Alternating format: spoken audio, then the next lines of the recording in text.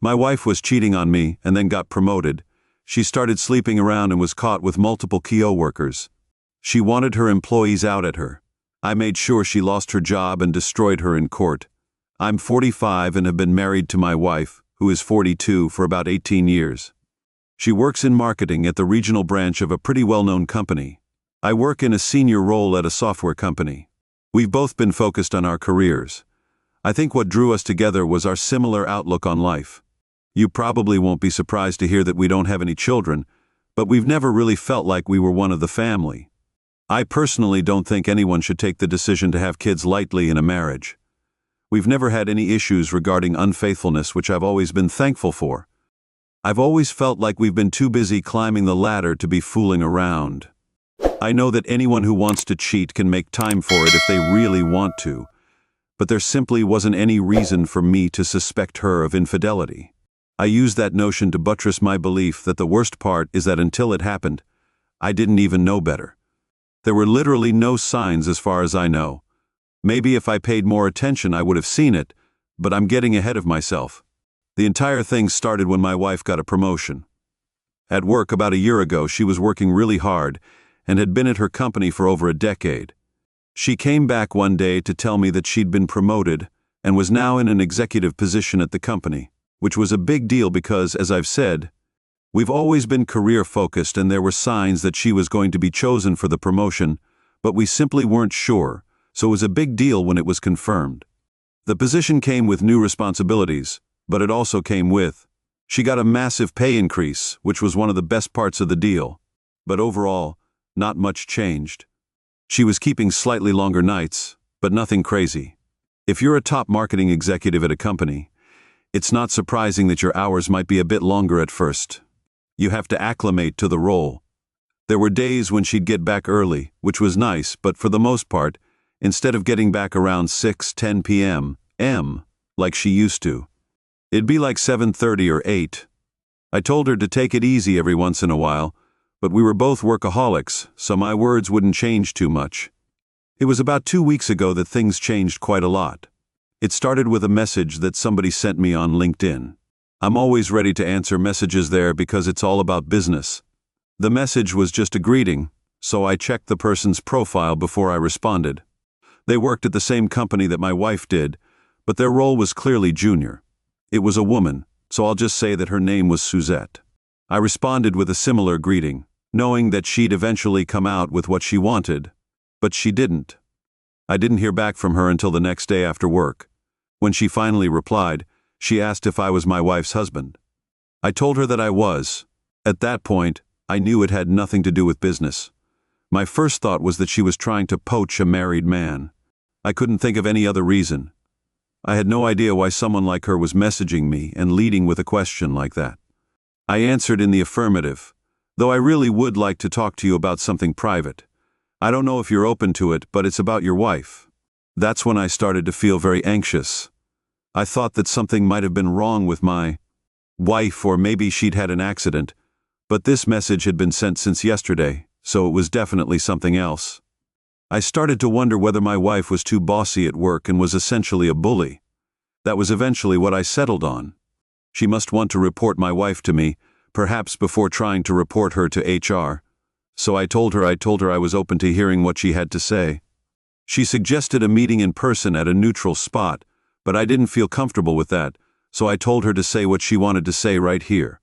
I needed to have written proof of whatever it was she wanted to say. She seemed hesitant, but eventually agreed. She sent me a paragraph, and it was very shocking. I don't know if you're the type who prefers to be kept in the dark or not, but I know for a fact that your wife is sleeping with some of the junior employees. Maybe you both have an arrangement, and if so, please forgive me for intruding, but I think it wouldn't be fair for you to be in the dark about this. I'm really sorry to have to ask you not to mention my name. If you do decide to confront her, I know this could cause me my job, but I am really just trying to do the right thing. I hope you can appreciate that. I read that message over about 5 times before it actually started to sink into my head. She was saying that my wife was sleeping with junior co-workers. I had my doubts. I hadn't seen a single sign. She never seemed to smell like anyone's perfume. She never acted even mildly different when she'd returned from work.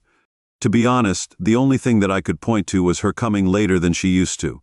I could align with this new theory. It took me quite some time before I replied to her. I told her that I was grateful that she told me and that her admission was going to be saved. About 10 minutes later, a bunch of questions started jumping into my head. How many employees? When did it start? I wanted to know when this started, what they were doing at work, and how she found out. I asked her all these questions in one message. I don't know for sure, but I overheard them talking about it, so I'm pretty sure it was at least 2. That's how I found out. Maybe it was some kind of inside joke. They sounded pretty serious and they often work late nights. I figured they might be doing things in the building, but I don't have any proof. I heard their conversation about 2 months ago and it's been on my mind ever since. I saw her whispering to one of these guys somewhere discreetly. That's what made me think about it again. I just had to say something, and I'm sorry it took me so long. I report directly to her, so I feel like I'm betraying her. I don't hate her or dislike her, but it just wasn't right. Honestly, I believe this lady, but I couldn't. I don't know why. It just seems so unlikely that someone would go to these lengths to lie to me. Could this be some workplace rival trying to ruin her family life? I couldn't know. And because I personally hadn't even had an inkling of a doubt in my wife's honesty, part of me didn't want to. I have to say, it all seemed pretty believable. I thanked the lady and told her I'd act on any information I got, but I wouldn't tell her.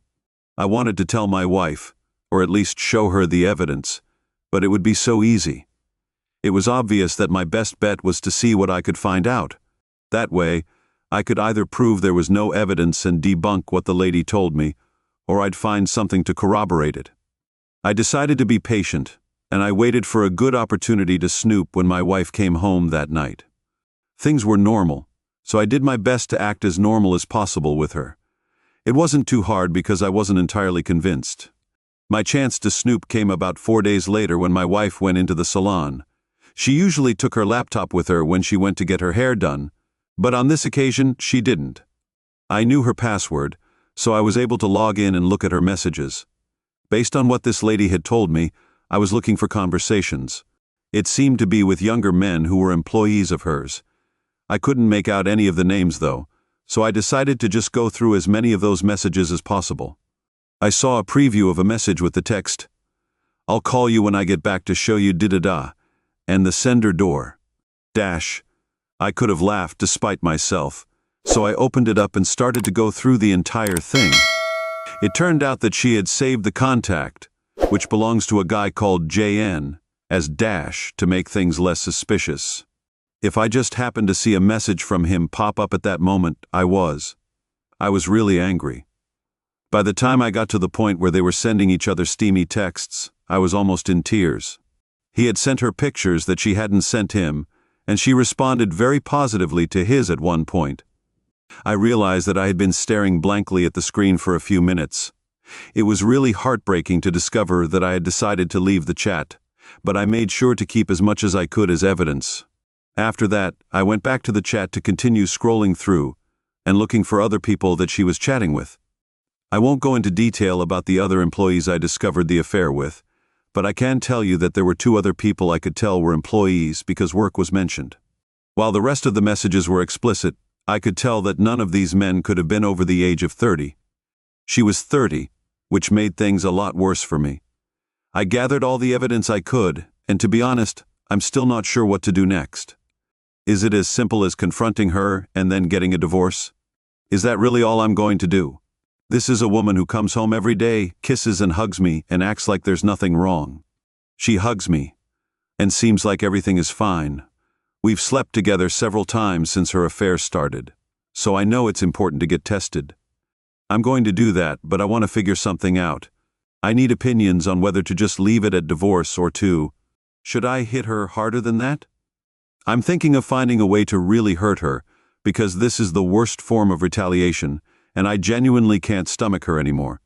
Edit. I'm just finishing a long day of work and I appreciate all the advice and comments that I've received regarding my predicament. Someone said that I want to get back at her because once I've divorced her and left those years behind, I won't be able to act on my pain. I know this isn't something that I'll stop feeling anytime soon, so I'm ready to make sure I use this chance to get back at her. I'm not going to cheat on her. I have to say, I do have the urge to do that. However, I'll figure something out, and I will update you all when I get to that point. I just wanted to let you all know that I wrote an earlier post about my wife. She was promoted and started cheating on me with her junior employees, about 3 of them that I knew about. It's been several months since then. I know I said I'd update you all in the midst of all the drama in my life, but now that things are over, I'm happy to tell you all how things played out. It's all good news.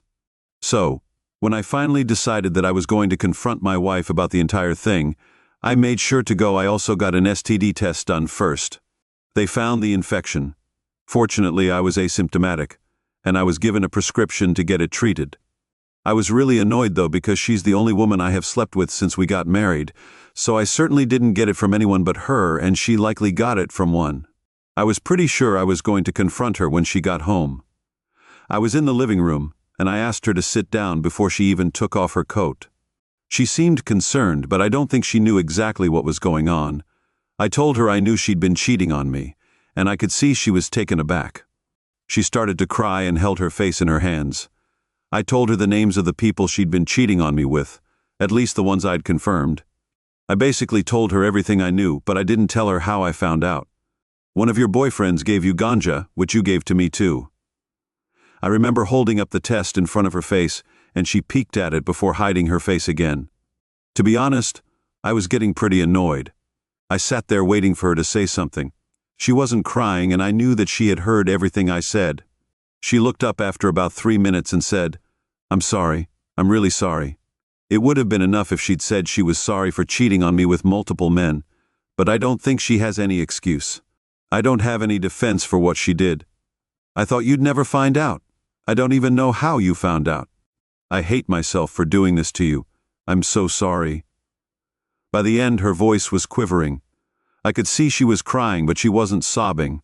It didn't move me. You're not sleeping here. Tonight, find somewhere else. I'm going to be looking for a divorce lawyer first thing in the morning, and I suggest you do too so we can get this done quickly. That's when she said the only thing close to begging, "Baby, we've been together nearly 20 years, can't we?" She trailed off.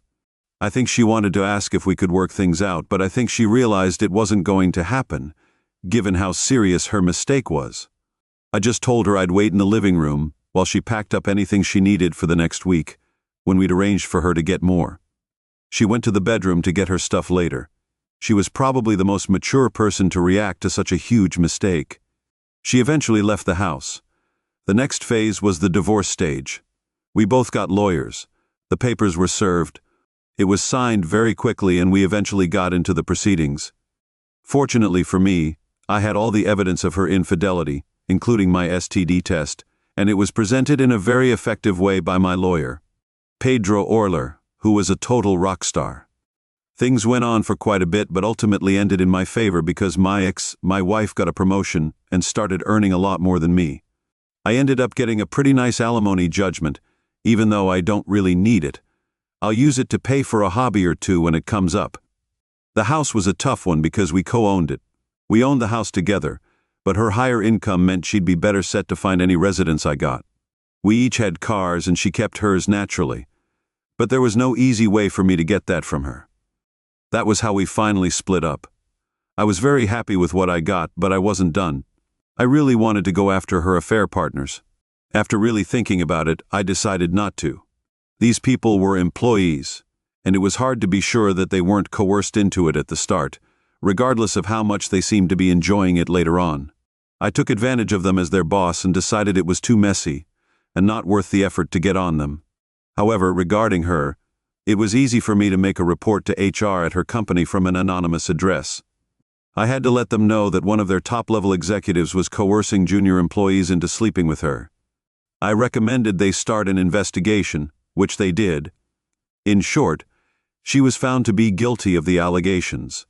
Little junior employees directly beneath her were questioned, and there seemed to be a fourth person that I never found out about. The woman who told me about the affair was sharing updates with me because I only got an email saying that an investigation was starting and that it was over. She got fired. I don't think it'll be too difficult for her to find a new job. It's going to be tough for her to find a new job based on merit, especially with the sexual misconduct allegations hanging over her head. She's still searching for a job as I write this, and I know that puts my alimony at risk. But I'm not in a position where I need it to survive, and she's got more than enough money. She still has money in the bank to make her payments, so I don't mind going to court to figure out how she'll make up the difference. That's not my problem. We've probably spoken twice since the divorce, and it was all about the formalities of splitting our lives up for good. I don't want to talk to her again. I don't want to have to talk to her ever again. Given how things are going, I probably won't need to be honest. Life is good as it is. While revenge doesn't completely erase the pain of being cheated on by her long-term wife, it does a pretty good job of it. It feels good, and I'm glad I went through with it.